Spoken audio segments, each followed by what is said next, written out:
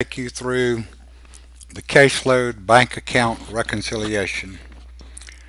We've always had a reconciliation in our product, but within the last few years we've developed a more modern, comprehensive reconciliation that a lot of our clients are using, but yet a lot of them are not. And we would like to give you a good overview on this product and give you some hints on the way it could help you. The reconciliation is available either through the trust module or the accounts payable module, but you're not limited as to the various bank accounts that you can reconcile. You can use the normal toolbar to add as many bank accounts as you like, and this sample, you'll see this one is for our operating account or accounts payable, and I also have one loaded in the product for our trust account. So we obviously encourage you to reconcile all of your accounts back to your bank statement each month. For those of you that are brand new to the product, there's no preparation work that you need to concern yourself with other than setting up your bank accounts, of course. But those of you who have been on caseload for any amount of time that would like to start using the new reconciliation, you need to familiarize yourself with a few getting started procedures that can be found in the help document that's right online. Basically, all this entails is going out and clearing all of your checks, transfers, deposits, etc.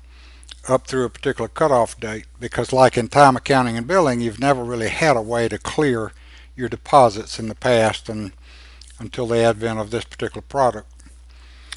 So each month when the bank statement comes in, we encourage you to open up the statement, read the information on the statement as far as the beginning and ending balance of the statement and the cutoff date of the particular bank statement you might be reconciling.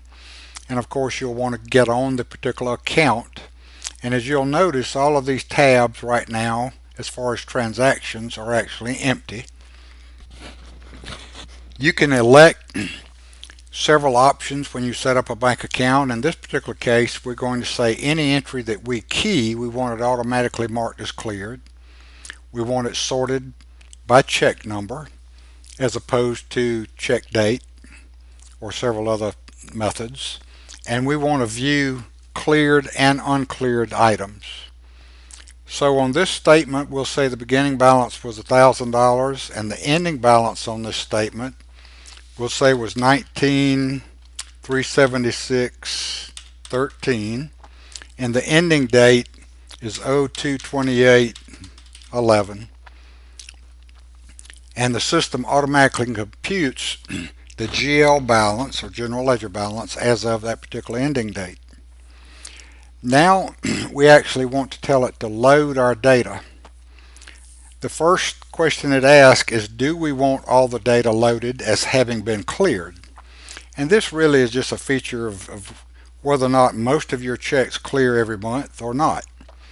In our example here, we're going to say we do not want them loaded as cleared. Then it advises us that we'll be given an option to load particular types of data. And we say yes, we want to continue. When you are reconciling the account at the beginning of each month or whenever you do it during the month, you would obviously want to move all items over to the selected box because you want to load everything. But an example of how you may not wish to take all is, let's say that you're in a process of reconciling and you would like to restart the process just on your deposits or just on your miscellaneous. Then you can actually unload your deposits, for instance, go out, make any changes that you like to, and then when you load data again, you load only the deposits. So we're loading all the data and we'll tell it OK, and it lets us know that all the data has been loaded. At this point, we click on each tab and compare it to our bank statement. If you'll notice, our checks have been loaded in numerical order. And you can go through and individually clear a particular check, or if the majority of the checks have cleared in this statement, as in the case of our example, we will just click the All button and tell it to mark all of them. And then we'll go through and uncheck the ones that we know did not clear on this statement. In our case, it's going to be 1003 and 1011. So these checks are uncleared, which leaves us with this amount as having been cleared. Then we will go to our deposits, and through 225 we'll say that they have all cleared.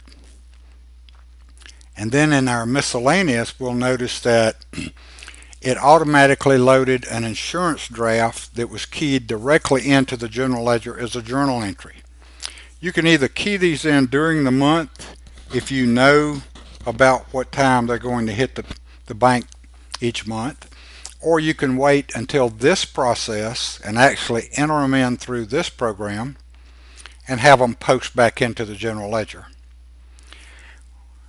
In our case, as far as bank charges, we'll notice that the bank did impose a service charge this month. This allows us to key this service charge in this program in order to reconcile and actually post that entry back into our general ledger without having to make a separate journal entry to do that.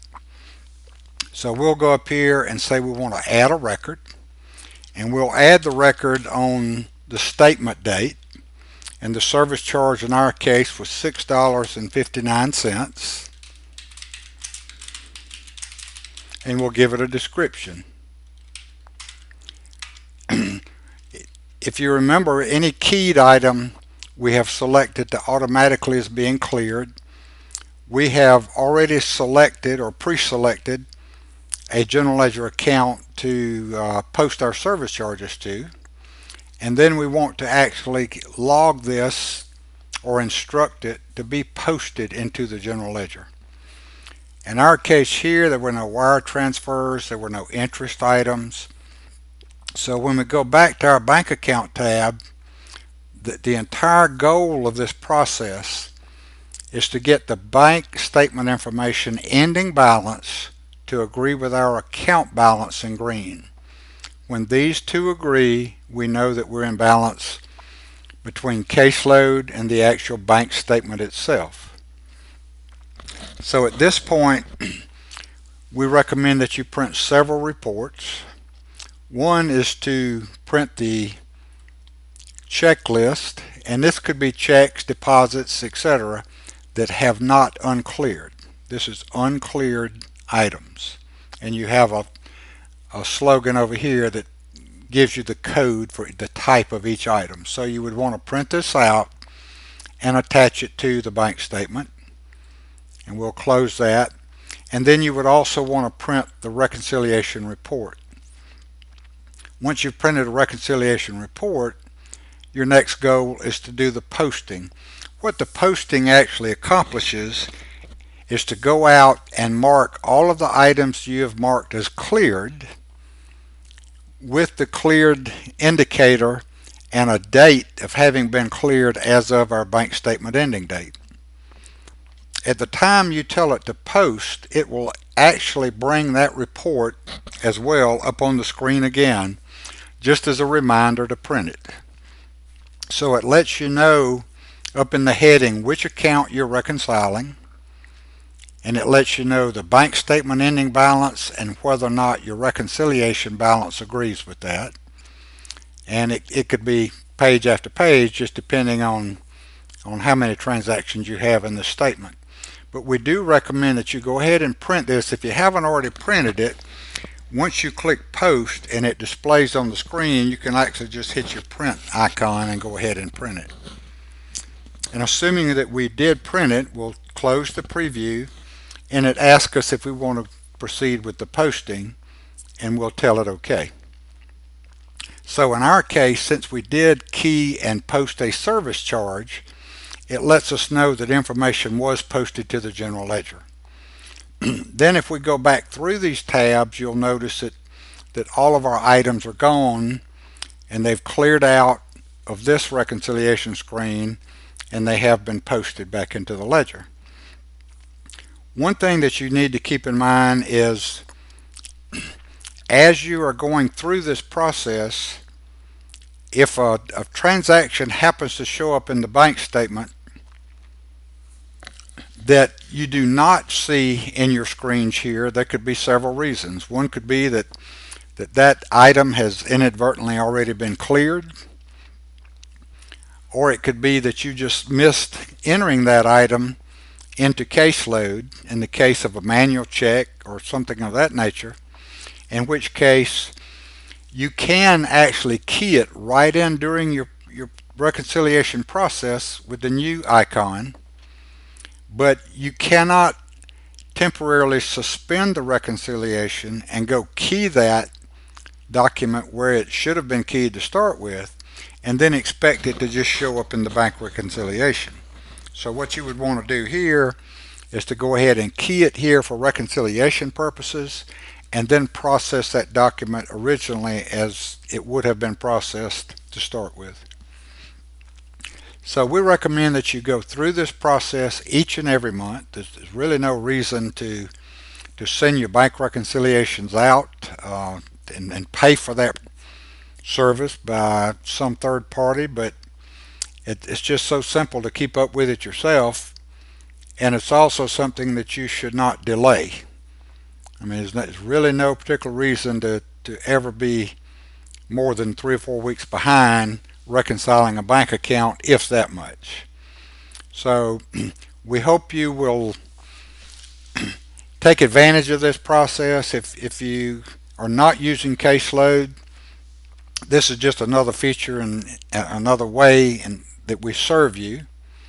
And if you are using caseload, we hope that you're either using this product now or will begin to use it very soon. And this is just another way that we try to round out the completion of their accounting offerings. And if you really want to talk to a real person, just give us a call or visit us on the web at www.caseload.com. Thank you.